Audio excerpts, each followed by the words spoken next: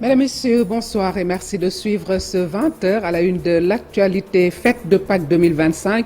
Le pape François s'est exprimé ce dimanche à la place Saint-Pierre du Vatican malgré son état de santé critique. À suivre dans ce journal le message du président de la République Bassirou Diomaye Faye pour la célébration pascale. Il invite à l'unité, la solidarité et la paix pour un Sénégal prospère. Nous irons à Saint-Louis où la communauté chrétienne a célébré la messe de la résurrection. La ziara générale de Tivaouane bat son plein à Thiès. La cité religieuse ne désemplit pas pour cette 95e édition. À suivre les vacances agricoles de jeunes patriotes lancées à Sébikotane et Sangalkam. 5000 poulets, c'est le défi à relever dans cette campagne avicole.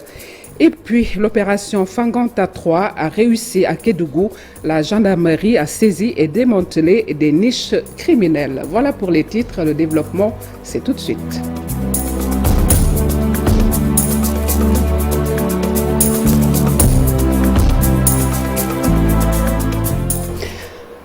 Célébration de la fête de Pâques 2025, le pape François, âgé de 88 ans, en convalescence après une grave pneumonie, est apparu au balcon de la basilique Saint-Pierre de Rome. Il a donné sa traditionnelle bénédiction devant des milliers de fidèles rassemblés dimanche sur la place Saint-Pierre du Vatican.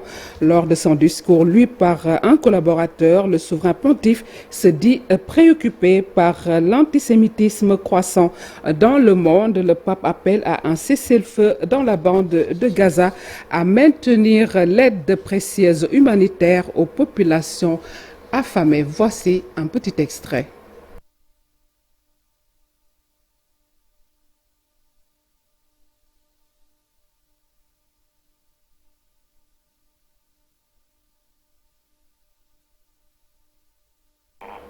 Voilà, c'était le pape, le souverain pontife au Vatican, à la place San Pietro de Rome. Toujours dans cette fête religieuse à Sangalkam, la célébration a été marquée par la pose de la première pierre de la future église des pauvres, une cérémonie présidée par l'ancien archevêque de Dakar, Benjamin Ndiaye, en présence du calife de Bambilor et des autorités municipales. Nous écoutons l'archevêque émérite de l'archidiocèse au micro de Cheikh Ante Diop, Abdou Diouf Diagne et Ahmadou Bamba Samb. Que le Seigneur continue à les aider pour qu'ils aillent vers l'achèvement de cette œuvre qui commence aujourd'hui.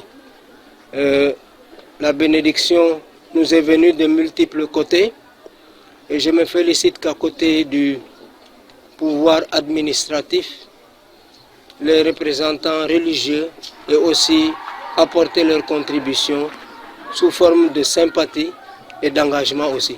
Tout cela montre la beauté de ce pays qui est fait de multiples colorations sans que cela amène des difficultés particulières.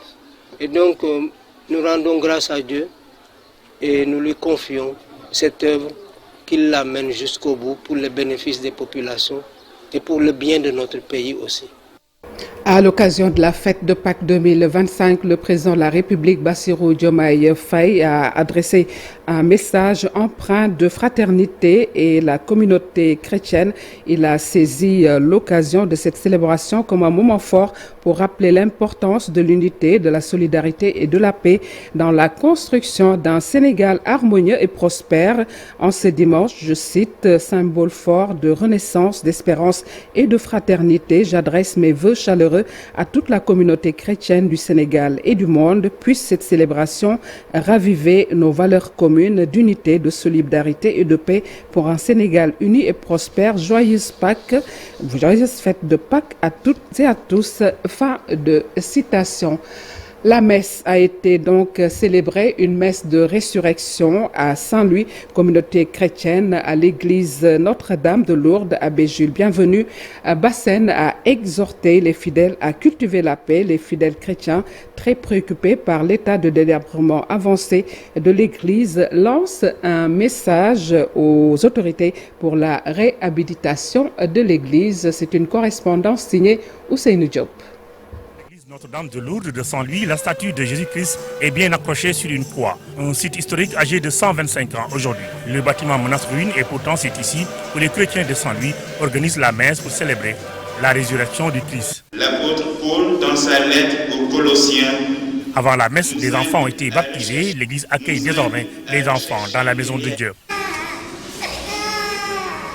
La célébration de la résurrection de Jésus commence par la messe tenue devant des centaines de fidèles à l'église Notre-Dame de Lourdes. Des messages forts de l'abbé Jules Bienvenu-Bassène, vicaire à la paroisse Notre-Dame de Lourdes de Saint-Louis. Nous sommes appelés à témoigner de notre espérance en la résurrection, notre espérance en la vie, notre espérance également à la paix parce que le monde en a tant besoin. Les fidèles chrétiens, eux, préoccupés par l'état de délabrement avancé de l'église Notre-Dame de Lourdes, réagissent et appellent les autorités à réhabiliter le site.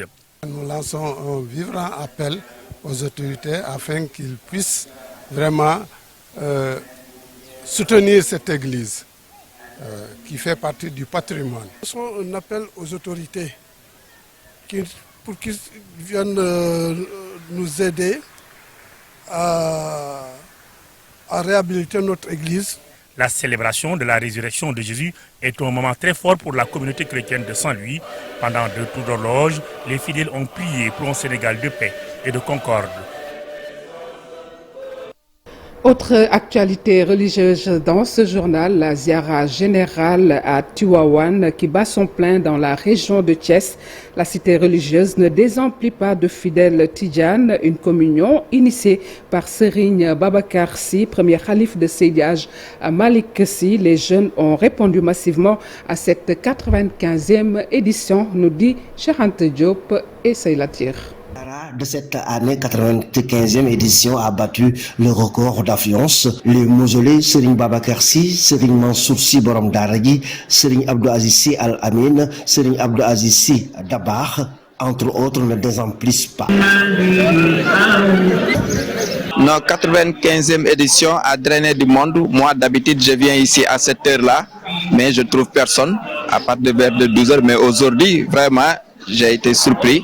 Quand je venais à 6 heures, je trouve beaucoup de monde ici. Et là, vraiment, je me suis dit que c'est spécial. Il y avait vraiment une affluence avec les jeunes, bon, surtout les femmes aussi. Moi, vraiment, ça m'a été surpris. Chaque ziara a une particularité, c'est vrai, mais vous savez, c'est un moment très important pour un talibé. Donc de venir un peu, pour on le dise en wolof, jaayantewat, donc se ressourcer, mais surtout venir prendre un message. Parce que durant chaque année, il y a un message que guides religieux vont donner aux talibés, donc par le biais de Al-Khalifatul Am, Serigne Babacar Sy Mansour, que nous souhaitons une très très longue vie et une très bonne santé. Donc un message qui sera délivré par un de ses frères, Inch'Allah. Et c'est ce message-là que les talibés, à chaque année, pour venir quand même écouter ça et rentrer avec ce message. De longues files indiennes sont visibles partout aux alentours de la nouvelle grande mosquée de Tivaouane. Les rues qui mènent vers la Zawiya et le mausolée Serigne Babacar Sy sont bondés. Les jeunes sont plus en plus vraiment dirigés vers l'islam d'abord et sont surtout encore dirigés vers la tariqa Cheikh Ahmed Tijani. On voit encore plus de jeunes vraiment qui embrassent cette tariqa, qui prennent le wird,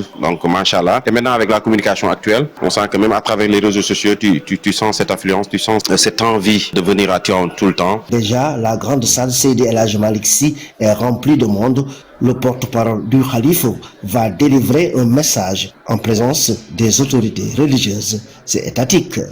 Et rappelons que pour cette ziara générale, un nouveau plan de circulation est établi ce dimanche jusqu'à lundi à 8 heures précises par le préfet du département de Thiès. Nous vous le disions en titre, lutte contre l'insécurité à Kédougou. La gendarmerie engage Fanganta 3 pour assainir la localité dans la continuité de ses initiatives de sécurisation du territoire national. Le haut commandement de la gendarmerie nationale a engagé depuis le 18 avril 2025 cette vaste opération. Le bilan provisoire de Fanganta 3 à la date du 20 avril 2025 s'établit comme suite avec le démantèlement de plusieurs djouras et bars clandestins saisis au niveau des sites d'orpaillage et Bugunda et Bantako et des 4 barres démantelées. Voici donc 72 groupes électrogènes récupérés, 55 marteaux-piqueurs, 5 panneaux solaires, 10 bidons de 20 litres de gasoil, une motocyclette, plus de 4 kg de chanvre indien ainsi que plusieurs caisses de canettes de boissons et de cigarettes. Vacances agricoles patriotiques, la phase pilote démarre à Sébikotane et Sangalkam. La jeunesse patriotique de Rufisque se lance dans une campagne avicole avec 5000 poulets répartis entre les 2 zones. Voici Aliou Sow, le coordonnateur du projet, au micro de Abdou Diouf Diagne. On va réinvestir ça sur d'autres projets. C'est dans ce sens qu'on a lancé les campagnes avicoles patriotiques qui consistent à un projet qui s'intéresse sur l'aviculture. Aujourd'hui, on est à la phase de lancement, donc on va lancer ce programme qui consiste à démarrer d'abord par 5000 poulets répartis entre 2 zones, mobiliser la jeunesse du département de Rufisque, leur former, leur assurer un financement et surtout pousser la jeunesse vers l'entrepreneuriat, car ce gap de taux de chômage doit être par l'auto-emploi. Et l'auto-emploi passe forcément par une formation, par une orientation et par un financement. C'est dans cette perspective que nous nous engageons pour aider les jeunes du département de Rufisque, en particulier en général pour les jeunes du Sénégal. Donc c'est dans ce sens qu'on vient de lancer ce projet. Donc c'est une phase de lancement, il y aura d'autres phases à venir et Inch'Allah, à chaque moment, on fera des états des lieux par rapport à ce projet. Donc 2 zones actuellement sont ciblées, Sébikotane et Sangalkam. Donc on va répartir les 5000 poulets dans 2 zones. 2500 à Sébikotane, 2500 à Sangalkam. Et on va recruter des jeunes membres de la JPS qui sont d'abord des avicoles. Ils vont former d'autres jeunes qui veulent évoluer dans ce domaine. La présidence de la République donne suite à la lettre du collectif pour la défense des terres de Bambey. Une mission d'enquête a séjourné dans la localité. Le collectif demande une annulation du lotissement et l'audit des fonds générés, nous dit Babacar Diouf. Le collectif pour la défense des terres de Bambey au président de la République commence à faire mouche. Nous avons réécrit à partir de l'alternance une nouvelle lettre le 9 décembre 2024 au président Bassirou Diomaye Faye et au premier ministre Ousmane Sonko. Et on s'est rendu compte effectivement qu'il y a eu une diligence par rapport au dossier parce qu'ils ont envoyé des renseignements à Bambey. Ils sont venus parler avec les autorités, parler avec les membres du collectif pour vérifier tous les documents qu'on leur a donnés, les vidéos, etc., qui font que le lotissement soit nul et non avoué. Ils veulent annuler le nouveau lotissement parce que comportant beaucoup de zones d'ombre. On se rend compte que dans cette liste qu'il a affichée, il y a 38 qui ne faisaient pas partie du lot, il y a 12 à qui on avait donné un terrain dans le lotissement de 2020. On a enlevé leur nom pour mettre d'autres noms. Au maire de nous justifier l'introduction de ces 50 terrains-là parce que loin s'en faut, ma foi, je ne veux pas comprendre qu'on puisse dans un lotissement introduire d'autres personnes sans pour autant passer par la commission. Astako Diagne, le président du collectif, a aussi décelé un favoritisme dans la cession des parcelles. À qui on a pris leur maison pour donner ça à d'autres qui étaient plus nantis, qui étaient plus riches. Pourquoi? Parce que voilà, c'est des militants d'un tel ou tel politicien. Et ça qui a fait que la mobilisation a été forte au niveau de la jeunesse. Une exigence et non des moindres, la traçabilité de la centaine de millions issus du lotissement. À chaque fois qu'on donne à quelqu'un un terrain, il paye un frais de bornage variant de 50 à 100 000 francs. Si on fait le calcul, on se rend compte que la somme qui pourrait être reçue sur les 2300 terrains avoisine, disons, 115 millions. On lui pose aussi la question à savoir ces 115 millions-là, où est-ce que ça a été inscrit dans le budget. Les personnes dites injustement dépossédées de leurs parcelles ont aussi assisté à cette conférence de presse du collectif pour la défense des terres de Bambey. À Pikine, le bâtiment Taxawu Jigéen comprenait soutenir les femmes a été réceptionné hier samedi. Une formation qualifiante sera offerte aux jeunes filles qui ont abandonné très tôt l'école. Donc couture et coiffure sont entre autres les modules prévus. Voici Mbaye Sène, le coordonnateur national du projet. Il est au micro de Abdou Diouf Diagne. Est là et tout le monde sait qu'au Sénégal, le grand problème, donc quand on parle du chômage, c'est parce qu'il n'y a pratiquement pas de formation professionnelle adéquate.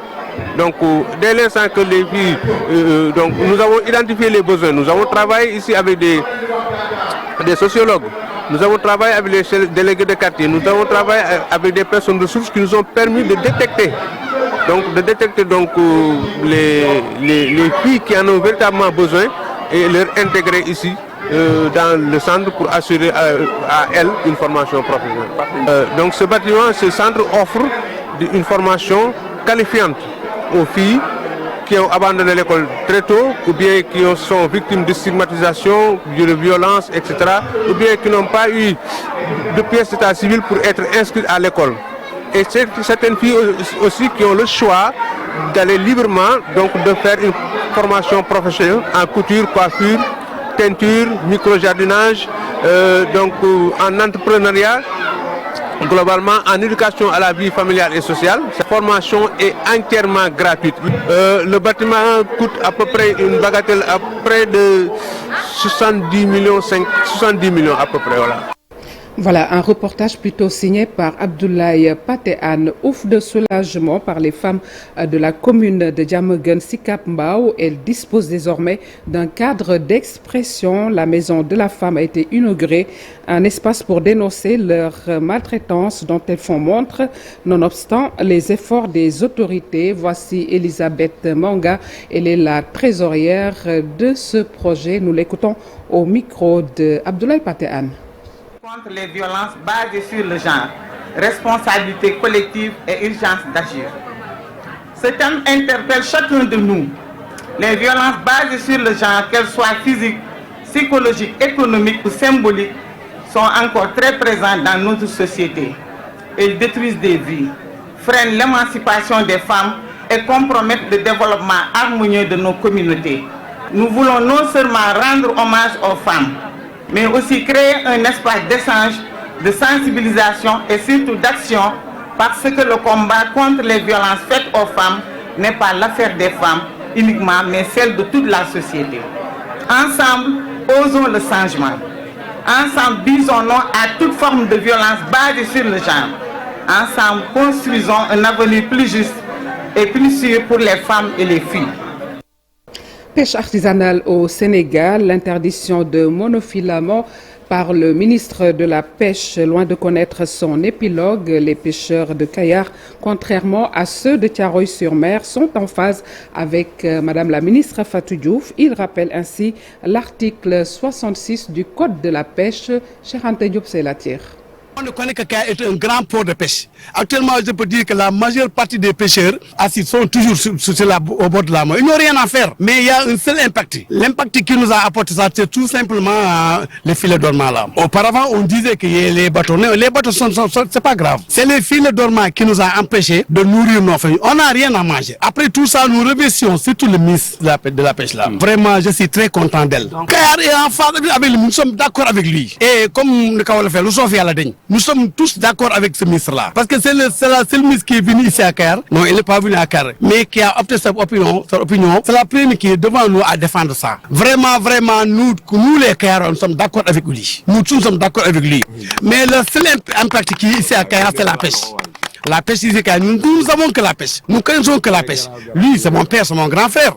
Il a pratiqué la pêche pendant des années. Mais jusqu'à présent, je peux dire qu'il n'a rien. Nous, on n'a rien. Le monde universitaire en deuil avec le décès du professeur Modi Gadiaga, l'enseignant-chercheur à l'université Cheikh Anta Diop de Dakar, était bien connu pour ses analyses pointues au service de l'intérêt général. Paix à son âme. Une note de culture dans ce journal, un pays de pilleurs d'épaves, le Gandiol, un livre de feu El Hadj Mapate Diagne, écrit en 1900, vient d'être édité par l'association And Samb Cosaanu Gandiol. La cérémonie de dédicace est tenue ce week-end à la Maison de la Culture d'Outa Seck. L'auteur fut le premier écrivain noir de l'Afrique occidentale française, premier inspecteur noir sénégalais de l'enseignement et premier secrétaire municipal de Sédhiou. Cet ouvrage a été un objectif pour faire connaître l'histoire de Gandiol, mais surtout retracer les faits marquants. Nous écoutons à ce propos Idriss Dieye, le président de l'association, et Fali Kaba, chercheur, écrivain et éditeur, au micro de Al-Hassan Ba et Ahmadouba. National, et dans son parcours, ses écrits et ses œuvres continuent de marquer nos jeunes générations. Donc c'est une référence pour nous tous. Donc raison pour laquelle cette association qui a cet objectif-là de préserver le patrimoine juge nécessaire de financer entièrement la publication de son livre qui n'a jamais été édité, Un pays de pierre d'épave, le Gandiol. Cet ouvrage contribue à valoriser davantage le patrimoine si riche de Gandiol. Ce manuscrit a été écrit par le premier écrivain noir de l'Afrique occidentale française, El Hadj Amadou Mapate Diagne, en 1900. Il est le premier écrivain noir de l'Afrique occidentale française, ce qui n'était pas donné à n'importe quel Africain.